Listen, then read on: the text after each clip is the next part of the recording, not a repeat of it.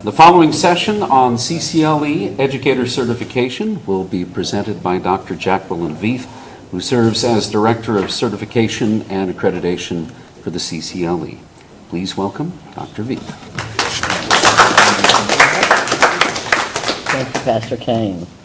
Well, this time I'm talking to you about certifications, and it occurred to me that I might start by making sure we know the difference between accreditation and certification, which even my husband was not clear on. So, accreditation is the process for the schools. Certification is the process for individual people. There is a relationship between them, but a school cannot be certified and teachers are not accredited. So, it's slightly different. Certification is an individual process, and it's usually initiated by the individual teacher or administrator, although perhaps the teacher is encouraged by the administrator to do it. But it is the responsibility of the individual to do this. Frequently, when schools are accredited, they will get a recommendation that their faculty and administrators do become certified, and so that's why we have both sessions. We have the accreditation for the school process, certification for the people process, so to speak. So, what kind of certifications can we offer you at CCLE? We have educator certification, we have administrator certification, and as of last year, we introduced tutor certification. I'll speak a little bit more about the tutor certification later, but we'll concentrate on educator and administrator certification right now.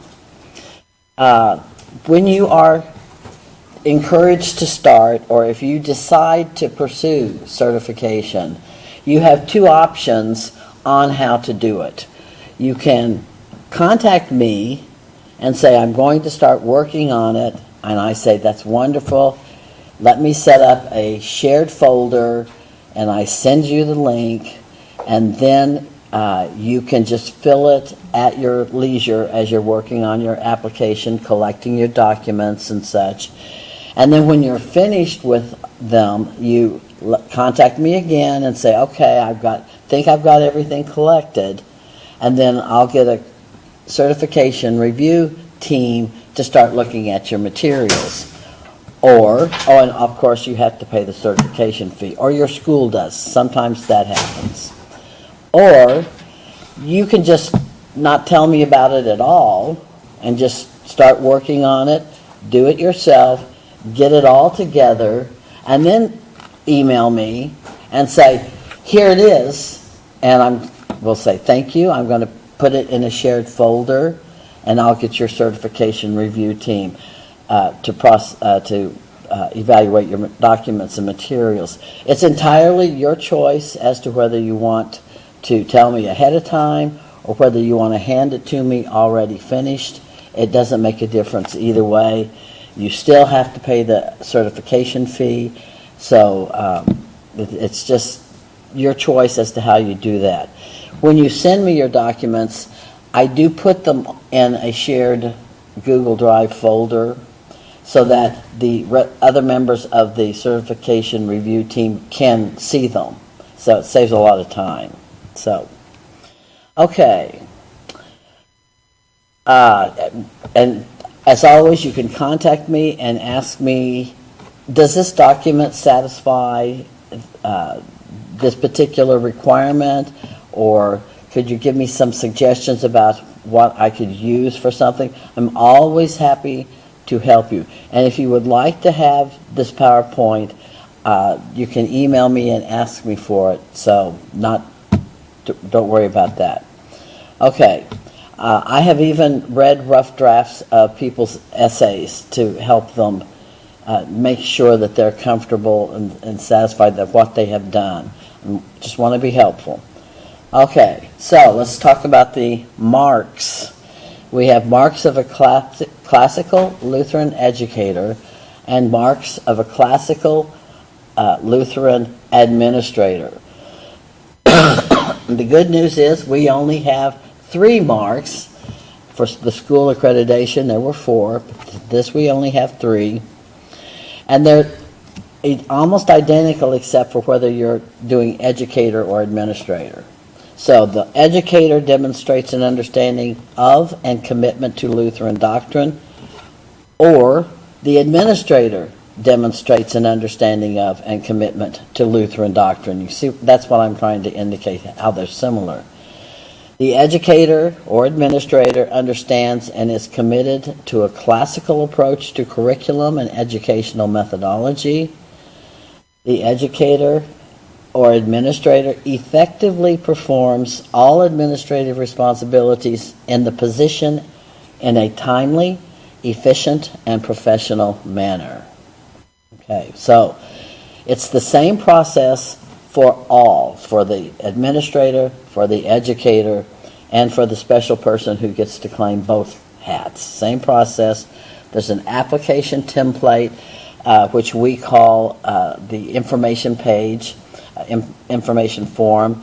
There are requirements to demonstrate proficiency. We ask for your future goals and plans. There's a certification fee.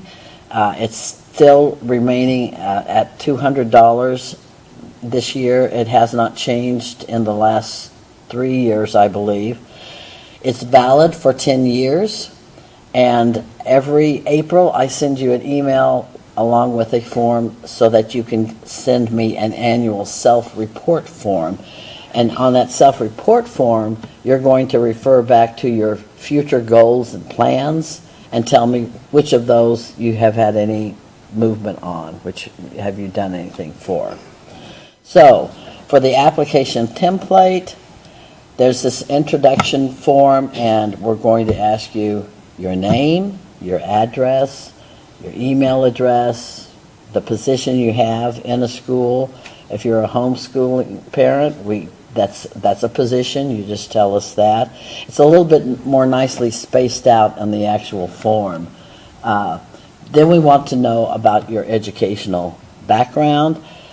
If you've had any kind of classical education preparation, when we were first starting out with this, nobody did, because nobody had gone to a classical college. But now we're starting to have a few classical education programs in some of the Concordias, or perhaps you have a student a candidate who has gone to Hillsdale, there are starting to actually be institutions that we would say, well, that's a classical institution, so that would work.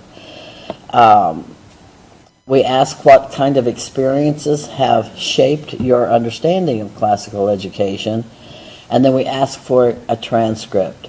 Now, if you've gone to several colleges, then yes, you probably need to send us a transcript from each of them. They can be unofficial student copies. They don't have to be the secret sealed envelope that you have never seen before. They can be scanned and submitted to us, and that is fine. A transcript is asked for in another place also, but once you've provided it, it applies to wherever it says show a transcript. So you just do it once. So what are some of the requirements? We need a letter from your Lutheran pastor. And for those of you who are Lutheran pastors, we need a letter from a different Lutheran pastor. So your circuit visitor, or if you are an associate pastor, your senior pastor, someone else that can just vouch for your orthodoxy, so to speak, and you don't have to talk about it for yourself. For Mark 1, we ask for essays. Here's a slight difference. If you're applying for educator, you write 5 essays.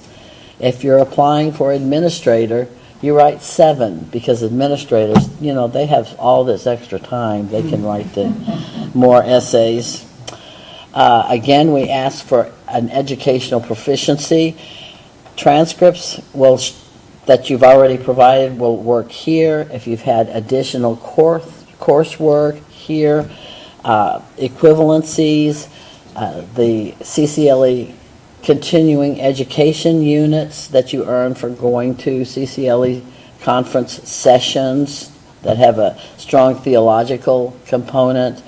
If you have the Lutheran teacher diploma, a scanned copy of that will serve here. Will serve here very well. For Mark 2, we're going to ask for examples of your curricular work. We'll ask for the big picture right down to the little picture. So we'll ask for an annual plan, we'll ask for unit plans, and then we'll ask for 5 lesson plans. Now, we do not prescribe a certain method for you to do these plans in. We want you to do it in the way you do it for your own school or your own homeschool situation. So I'm going to show you some examples so you can see the variety of plans that are acceptable. For Mark 3, which is the professionalism mark, we will ask for observations and evaluations that have been performed on you, so to speak, and we will ask for some narratives where you discuss what your approach to discipline is, what your communication policies are, your relationship with the parents if you're in a brick and mortar school, that kind of thing. So we'll move on. So for the mark, yes, sir. Excuse me, but observations and evaluations, are you talking about like an annual evaluation from the Board of Christian Education for the administrator and or administrators' evaluations for the teachers themselves, or where is that? Yes, that is exactly what I'm talking about. That is what I'm talking about. If you don't have any forms, in the resource library, there are a couple of forms that you can use to, we have checklists, and we also have a professional performance for both educator and administrator, so you can borrow from those to create a form that works for your school. So, yeah, but that is what we're talking about. If you have the practice of peer observations, that's also acceptable. So if you have your teachers where one teacher is observing another teacher and there's a written document where they've discussed the observation, that's acceptable also. Okay? All right. So for the Mark 1 essays, they're divided into 3 groups, and it's easier to see this, I think, when you look at the actual application. But we've got it divided into 3 groups, and the educators have to write at least one from each of the 3 groups, and then you can choose the other 2. The administrators have to write at least 2 from each group, and then you can choose which group you want to write your 3rd essay in one of them. So they're kind of divided between biblical knowledge and interpretation, to Lutheran confessions and distinctives, and the life of faith in teaching. So we want to make sure, we want to read what you write about in those 3 different areas. So if you'll notice, it says the essay format, double-spaced, size 12. If you make any references, please document them.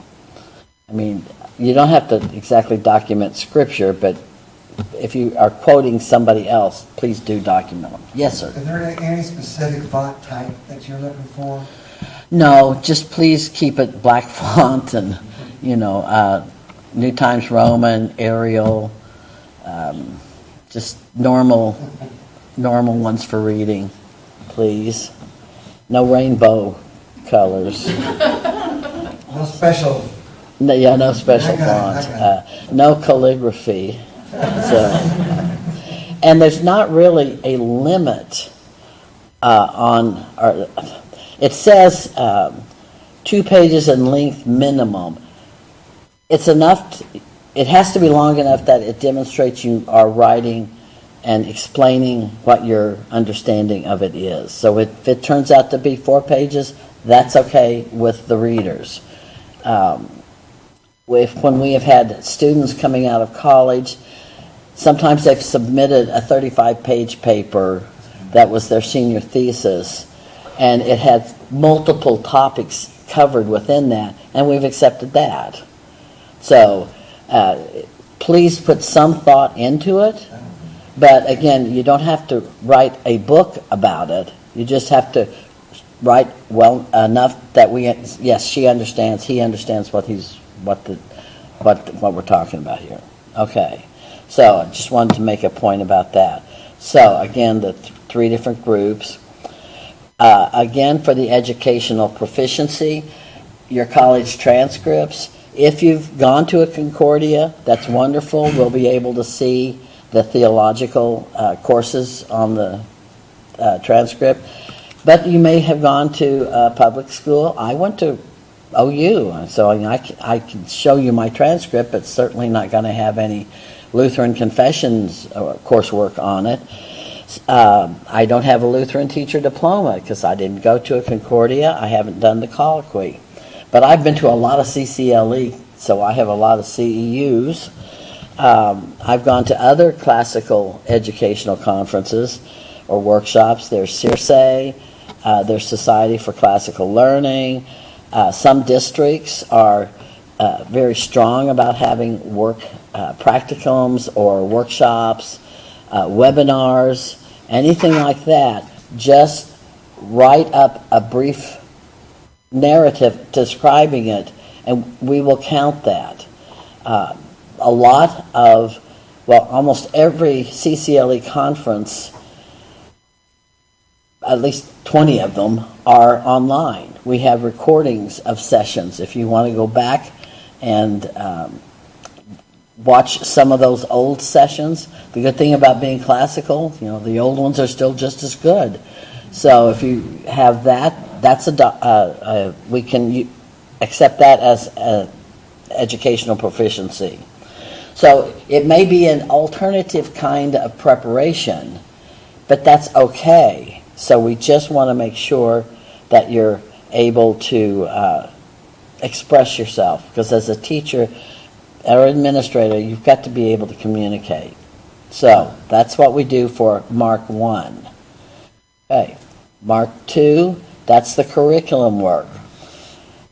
Here it's different whether you're an educator or an administrator. This time it is going to be different. So for the educators, we're asking for the unit lesson plans, unit plans, and course plans.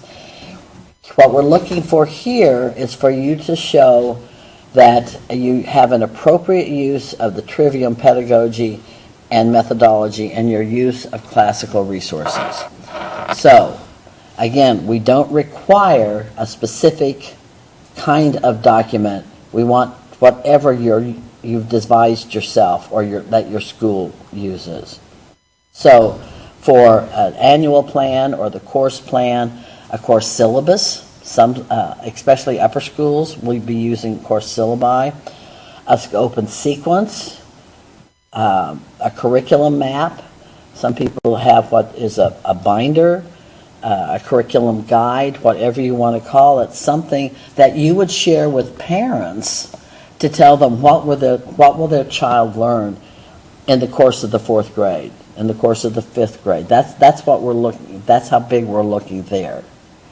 Okay, it will probably include what literature they'll be reading, what particular era of history they would be studying, what particular science they might be working with, that kind of information. Yeah, content to be covered, timing, however your school has decided to require it. So, here's an example. This is a one-semester course plan. Somebody has written this up for the 4th grade using Hake grammar. This happens to be from the semester in 2020. If you remember 2020. But see, she's come up with the materials, and she will also share her objectives. And notice how she's got them listed between grammar, logic, and rhetoric, then grammar, logic, rhetoric, and then talking about the truth statements. That's how her school has asked the teachers to do it. So that's one example of an annual plan or of an overall plan. Okay, she also went ahead and gave me the same unit plans from that annual plan, and so she's given me 4 weeks, I think it's about 4 weeks worth, of what she'll be covering and what the truth statements are and what it looks like. So she's got it all worked out this way. Again, this is fine. If that's how you do it, this is fine. For unit plan documents, it may be a written narrative. I don't know if they still have those lesson planning books with the square boxes and you write everything in. I used to, boy, I filled those things up. Anyway, written narrative. It could be an outline. It could be just bullet points, lists. You may have a chart or a table. It could be a portion of a curriculum map. I even had one person submit a PowerPoint. He always did his lesson planning on a PowerPoint. Okay, so we accepted it. And again, in the unit plans, they're going to give us the information about what they're covering, the content they're covering. And I really wanted to show you this one because look how this person has created a code for their to indicate the classical teaching methods. Just a little code. So we know we're going to be studying science energy. We know what textbook it's going to be. And it's for the 4th grade again. And we've got a code. So when I go to look at the unit plan, look, she's going to show me all along right here what she's going to be, how she's going to be teaching that. Doesn't have to be complicated. Doesn't have to be, don't say this out loud too many times, doesn't have to be in a complete sentence, but just indicate somehow what's the instructional methodology that you're using. What's your activity? What are you doing? Okay, another example. Unit plan, Introduction to Basic Liturgy. I like this one because it's a pre-K class on how to teach the little 4-year-olds about the liturgy. And so this is going to be a 9 weeks long segment, and she's got it all worked out with the methodology. She didn't have a code. She just says direct instruction, chant, song, repetition, public performance. Then she gave us materials that are needed and the general procedure for the lesson. So that was fine. That worked out very nicely. So next we have an example of Homer's Odyssey. This is a unit plan.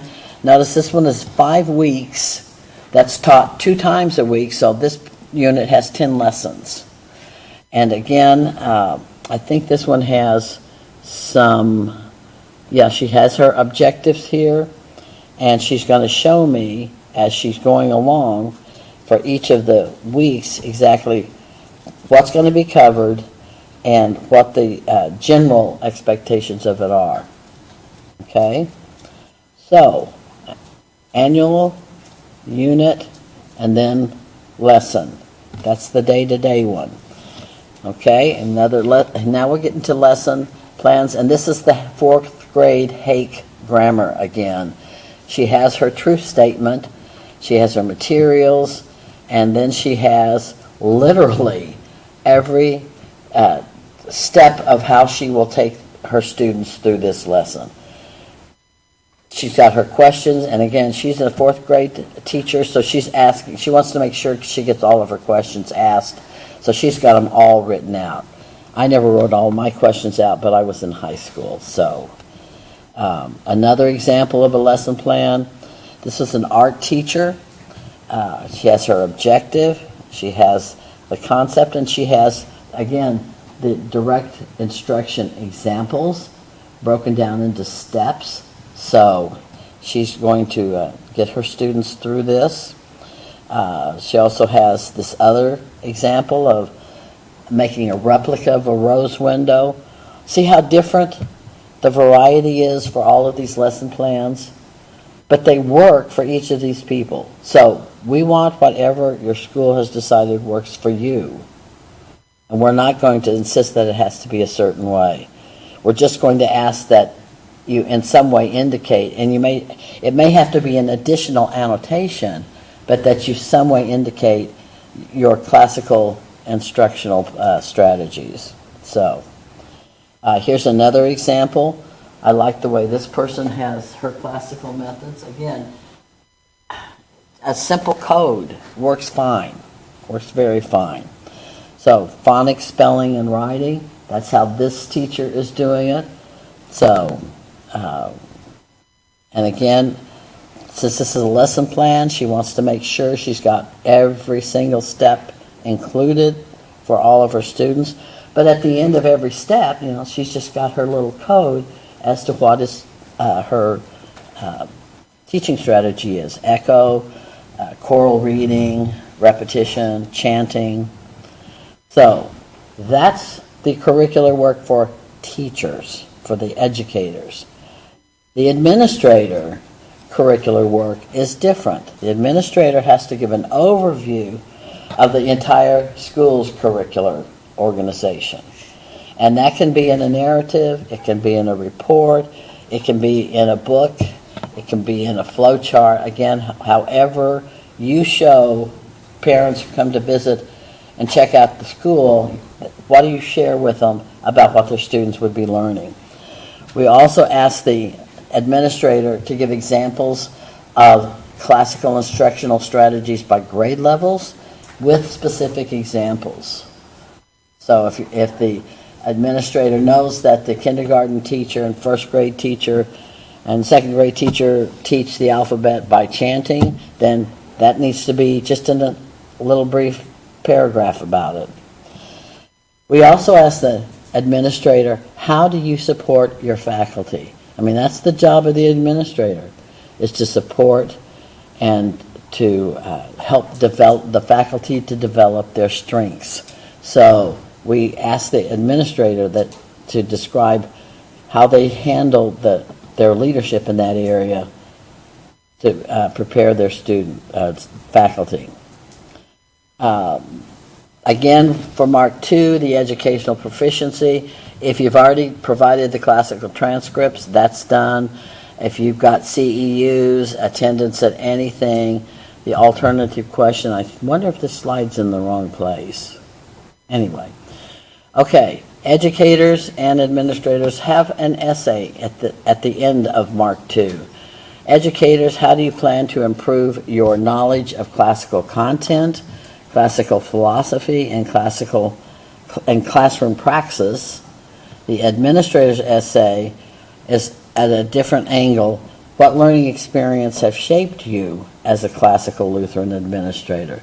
Again, this doesn't have to be a chapter in a book. This can be just a couple of pages long where you describe how you have been growing as you have been in the classroom or in the school leadership. For Mark 3 educator, this is where we ask for 2 professional performance evaluations or observations.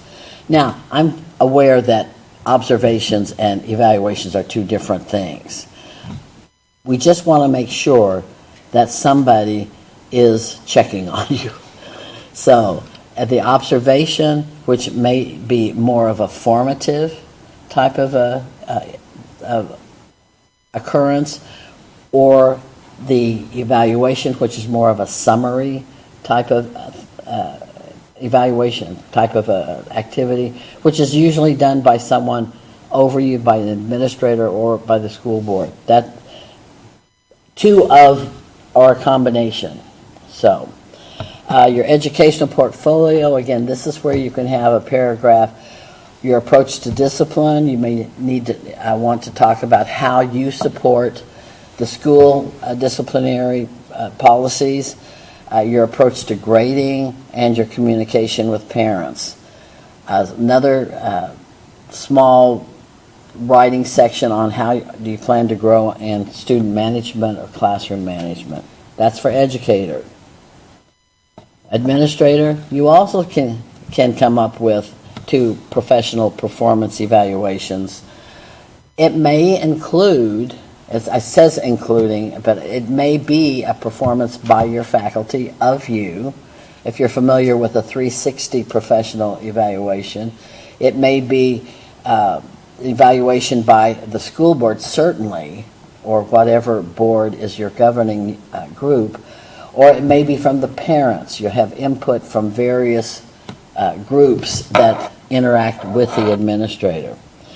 The administrator also needs to write somewhat some narrative on communication with parents and their approach, again, to leading their faculty in professional development and how they can intend to continue to grow.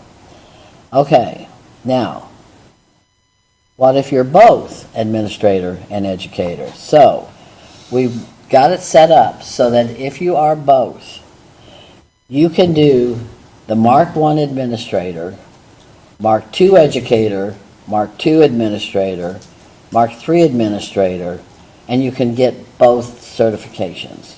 So in other words, instead of having to do 6 marks, you can get by with 4 marks. You still have to pay for 2 certifications, but it does cut down some of the excess work because they're so similar in so many ways. So if you're interested in doing that and you fit into that category, you have a little bit of a break there. Now, is there anyone interested in tutor certification? I might go through this one rather quickly. Tutor certification is for when you have volunteers that are helping in a classroom, when you have someone who hasn't quite finished their college program and yet maybe you need somebody in the classroom to be helping. Tutor certification could also be somebody who wants to be a tutor outside of a school environment completely and just wants to help tutor Latin or just help tutor math or just help, just do something. So we've come up with a program or a process for that if that's something that you find yourself needing or find the advantage to that. So I'm going to keep going if there's not too many things for that. It's very similar to doing the marks are the same. So I do have a question. Yes. Are part-time teachers considered tutors or classroom aides considered tutors? Classroom aides could be considered tutors. They might not have a completed college, a bachelor's degree. And if they're not in charge completely of coming up with the lesson plan, but just of following a lesson plan that the teacher of the class has devised, that's what we're coming up with this kind of gap. But that gives that person a little bit more credibility with a credential. So. Okay, so the application process, again, you fill out the certification introduction form, you collect all of your documents, you scan them, you put them into a folder, again, either your folder or a folder that I can set up for you. You send it to me, let me know when you're done. My email, I know it says accreditation, but I just need one email, so it covers all the things that I do. So accreditation@ccle.org. And the certification fee goes to Pastor Keyser, and that's his address. This is also on our website if you're interested, and you can pay your fee on the website as well. So when we have all of your materials, I get the certification review team started. We always have to have a pastor read the materials for Mark 1. So that's something that a layperson is not qualified to pass Mark 1 documents or essays. So I've got a list of about 10 pastors, and I kind of go down the list until I get somebody who has enough time to read the essays. I try to review it within a month. I try to review all of the materials within a month and to get the other team members to read it within a month. And then we make a recommendation to the CCLE board, and they will act on it at their next meeting. Now, they have shifted to quarterly meetings, so it's conceivable that you might actually have to wait 2 or 2.5 months to hear the result. If there's a question about something, I will contact you and say, I can't find, I only found 4 essays. That's very frequently that I've lost an essay, so could you send me another essay? We don't have the letter from your pastor yet. Have you checked with him to make sure he's sent it yet? So I will let you know about that. So if you have any questions whatsoever, do not hesitate to contact me. I'm very happy to answer my emails, and I enjoy talking shop with educators, with classical educators. And so if you have any questions, please ask me now or ask me later. Yes? There were the 2 options for getting it started. If you go ahead and start, like, open your file or whatever and start sending things, is there a time limit on how soon you need to have everything? The board has not set a time limit. Okay. I have some open files from people that started in 22, and they're just open. And then if you happen to be married to your pastor, is it best to find a different pastor? You know, we actually, that has happened, and so we would prefer you find the circuit visitor or somebody, you know. I know, that's kind of tricky, but it was my own daughter too, so talk about a problem. So, any other questions? Yes, sir. Just curious, I'm sure it varies from person to person, but do most people start this in the fall and then they're done by the spring and they're certified by the summer? The fastest that I'm aware of is one person did the entire application within 2 weeks over Christmas break.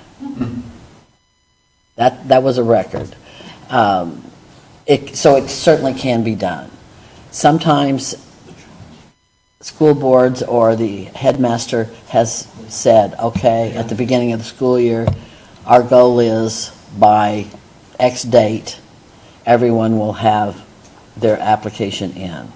I know of at least one school that had June 30th as the deadline. I have 10 applications from that school, so that's a very strong way to encourage it. Now, I was delighted to have all those applications in, but by not getting them until June, I couldn't process them fast enough so that we could celebrate them here at the conference. So all those people who did all this work this year, we'll be celebrating them next summer. But so if you are able to get it done by May 1st, then you can get it back. I can get it to the board. They can approve it. You can be in the program and get your name and, everything. So it just depends on how long it takes you to write something. Sorry. Is this, I should let me do this the other way. Is accreditation contingent upon this being completed? It's not contingent upon it. It's not it will be a recommendation for a CCLE school. Okay. It will be a recommendation. We do not require that CCLE teachers have state certification. And many of them, most of them don't. Because we don't, frankly, want what the state certification programs require. But we do think what we want to see is valuable enough to require that. So we want to make sure that teachers have an understanding of what classical education is. We certainly want to see that they have a commitment and a faith in the Lutheran world, and we also think they should be professional in their performance of their duties. We don't want, just because I'm a Lutheran, that doesn't mean you should hire me because I'm Lutheran. You should hire me because I'm good and I'm a Lutheran. You should be doing a good job. So, yes, sir. So we have a board policy where, anyways, we want our teachers to be certified by the start of the school year. So it sounds like if they finish by May 1st, get all their stuff in, they would have that certification before the start of the school year in the fall. So May 1st, it sounds like that's the day to make sure, if you want to be certified by the following school year, Yes. get in by May 1st. Yes, I would say May 1st. Okay. This year, I said May 15th. I didn't have any takers, and then, boom, after May 30th, here they came. And I understand that. School was finally out. The teachers could finally get it done. But I couldn't get it done. Okay. Again, please contact me if you have any questions. I did a webinar on it. If you are an administrator and you would like to have me do a Zoom meeting with your faculty at a faculty meeting to walk them through it, I would be happy to do that. It's a chance for your faculty and for your administrator to just demonstrate what they do. And so, as long as it's what they do is Lutheran and classical, we will certify you. So that's it.